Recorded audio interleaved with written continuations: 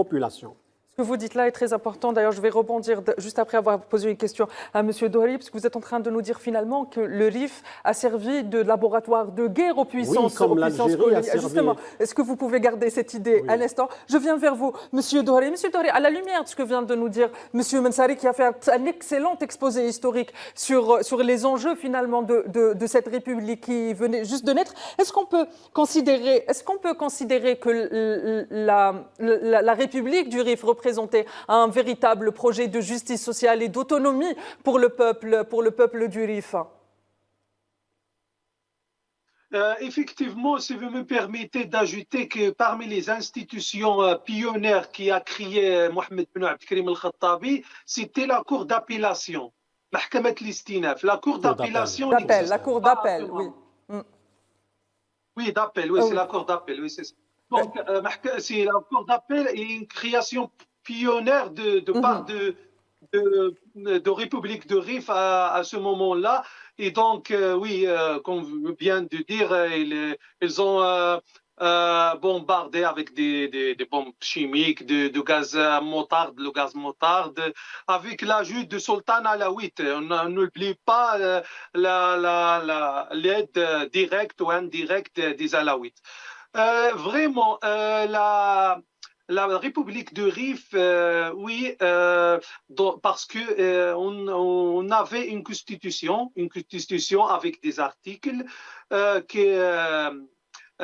qu'elle vise et sauvegarde, qui sont les droits fondamentaux des personnes.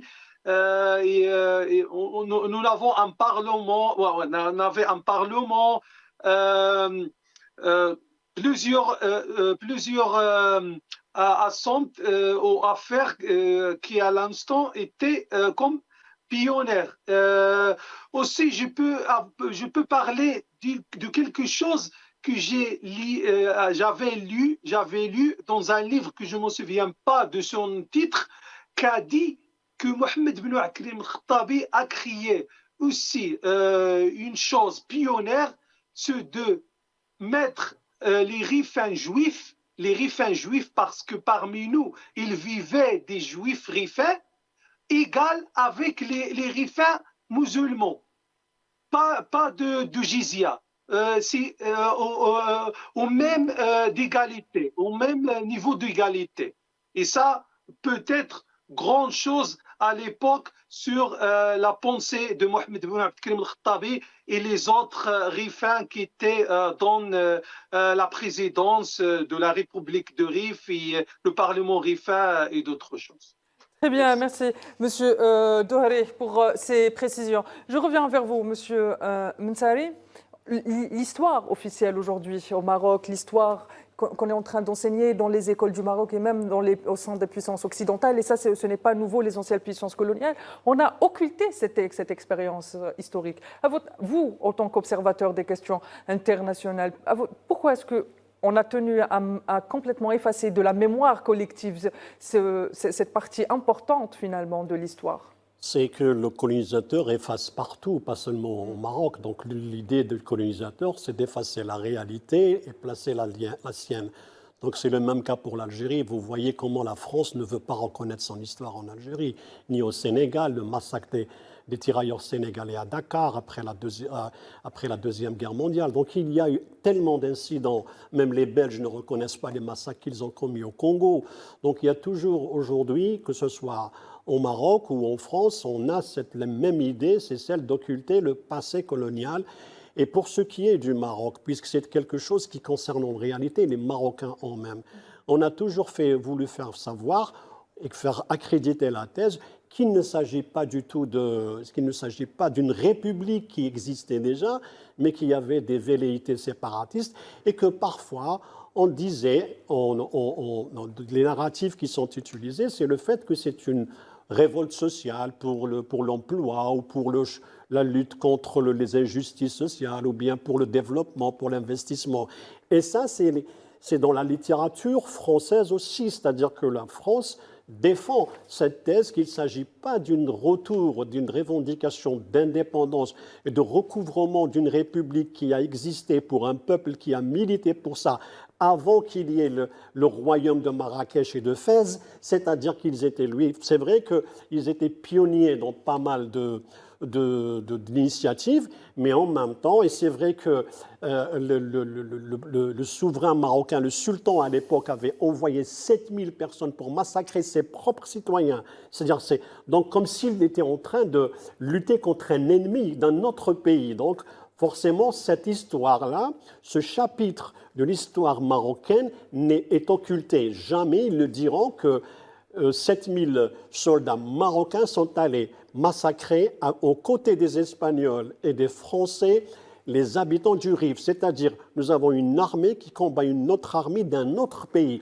Donc l'idée que les Marocains, ou le royaume de Fès, étaient en train de combattre une armée externe, cela explique qu'il s'agit d'une république à part entière. Donc c'est une opération d'occupation. Donc là, le régime actuel, c'est-à-dire les ancêtres dont les deux de Mohammed VI, avaient perpétué, aux côtés des Français et des Espagnols, un massacre et une invasion d'un pays qui existait. Donc, parce que les Marocains, enfin le régime de Fès et de Marrakech, après le traité de Fès de 1912, il y avait quoi? Il y avait un pays qui a accepté l'occupation et un autre pays qui a refusé l'occupation et qui a voulu s'émanciper. Et il a donné la preuve qu'il était plus moderne que le Maroc chérifien, qui était vraiment en retard par rapport à Abdelkrim el-Khattabi. Certes, Abdelkrim el-Khattabi a aboli les lois tribales parce qu'elles étaient un frein à une modernité qu'il a souhaité pour les habitants et pour sa République. Donc, en mettant en place toutes ces institutions qu'il a créées, du Parlement, de la justice et même des mesures qu'il a prises pour toutes les religions, donc ceci explique qu'il avait une avancée, c'est-à-dire aujourd'hui, le Marzen essaye de faire croire qu'il est le précurseur en rassemblant juifs, arabes et chrétiens, alors que c'est faux, c'était plutôt une initiative et un principe que défendu par Abdelkrim el-Khattabi. Et on voit aujourd'hui que si on n'en parle pas, que ce soit dans les émissions, que le régime marocain occulte et refuse d'admettre, il est dans cette posture de négation, c'est parce que c'est une réalité qui le met face à ses responsabilités historiques aux côtés de la France. Parce que la France, c'est un État occupant. L'occupant, il fait ce qu'il veut, il n'est pas chez lui, ce n'est pas sa population. Mais lorsque vous prétendez que vous êtes avec votre population, vous êtes en train de massacrer, de faire subir à cette population du Rif les pires atrocités depuis 1926. C'est-à-dire, même si les premières de 1921 à 1926, c'était les Espagnols et les Français aux côtés des 7000 Marocains qui ont massacré, mais à partir de 1926, on voit que le modus operandi du régime marocain, du Marzen, était de la répression. C'était la seule réponse. C'est pour cela qu'en 1958, quand il y avait eu une autre révolte, parce que après l'indépendance du Maroc, c'était une indépendance du royaume de Fès et de Marrakech, mais ce n'était pas le royaume la République du Rif. C'est pour ça que les militants du Rif ont décidé justement de revenir revendiquer une indépendance de leur territoire. Donc, qu'est-ce qu'il y a eu en 1958? Les massacres perpétrés par Hassan II, le général Oufkir. En plus de ça, il y a eu un décret royal, Zahir Malaki, le décret royal, qui a fait que cette région soit sous occupation militaire, c'est-à-dire contrôlée par les militaires, ce qui signifie qu'il s'agit d'une occupation. Il n'y a aucun régime au monde qui prétend que ce territoire est le sien et qui impose une occupation militaire, un régime militaire, ce qui signifie qu'il y a une loi martiale, tout le temps une état d'urgence. Donc la population du Rif est soumise depuis ce temps-là à ce régime militaire et à ces pratiques militaires. Donc aujourd'hui, n'importe quel soulèvement ou n'importe quelle revendication au Rif est accueilli par des répressions militaires féroces.